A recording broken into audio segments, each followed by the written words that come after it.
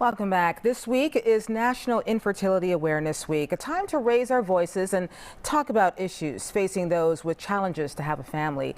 Historically, the Black community has been underserved in the fertility world. Joining me right now to discuss how to remove stigmas and barriers that stand in the way of raising a family in the African American community, Fox 5 contributor George Chidi. George, good morning to you, and thank you so much for joining us. Happy to be here. And you're also a part of Fox Soul, and tonight on the Tammy Mack Late Show, they'll be discussing this topic, and you're going to be talking about your personal journey with infertility?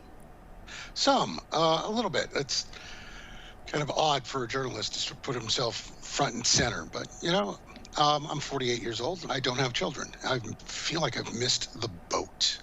Do you know what I mean? And I'm not alone. There are a lot of folks who high performing, go to college, get a grad degree, go climb the corporate ladder, and you put off having kids until suddenly you're discovering, oh, well, wait a minute, I needed to work on that.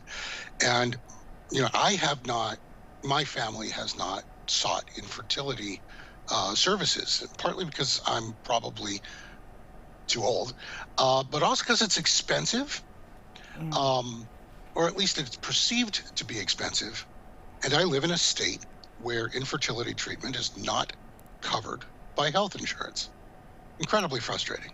So how does the medical establishment treat infertility among African American families, or is it different from white communities? So it is. So let's start with this. There's a persistent, ancient myth that Black women are more fertile than white women. It's utterly racist. And it also happens to be fundamentally untrue. Today, Black women are almost twice as likely to have a fertility problem than white women. They are half as likely to go seek infertility treatment.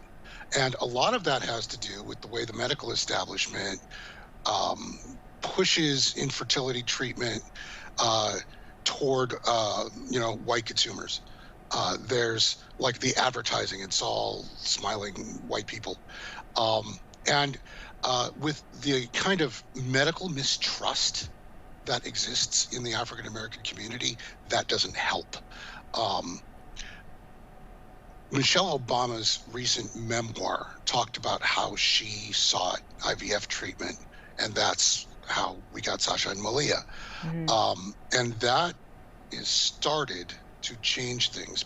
The stigma associated with, childlessness in the Black community is starting to go away, and people are attributing a lot of that to her.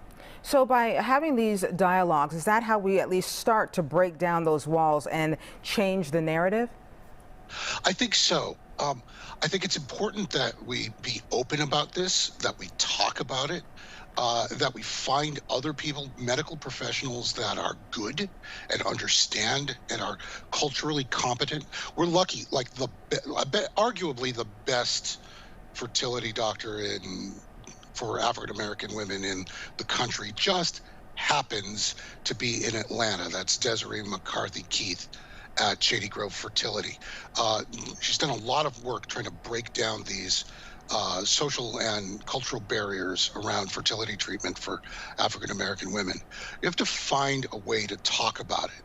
And I'm hoping that this week we start doing that. And also to discuss that infertility isn't always just about the women, it's also about the men as well. Well, yeah. So as long as we're talking about mythology here, like there's this sense, like there's a Black cultural concept around Black male virility.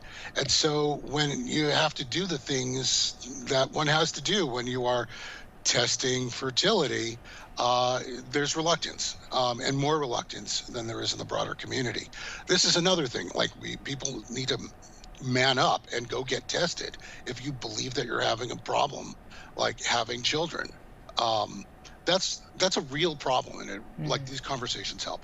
Yeah, it can be a conversation that can seem taboo, but it's so important and relevant to have these discussions and to be educated about what's going on in the community and in the medical community as well. George, thank you so much for joining us this morning. Happy to be here. And you can also watch George Sheedy Wednesday nights on the Tammy Mack Late Show, which airs weeknights at 11 on the Fox Soul YouTube channel or the Fox Soul app.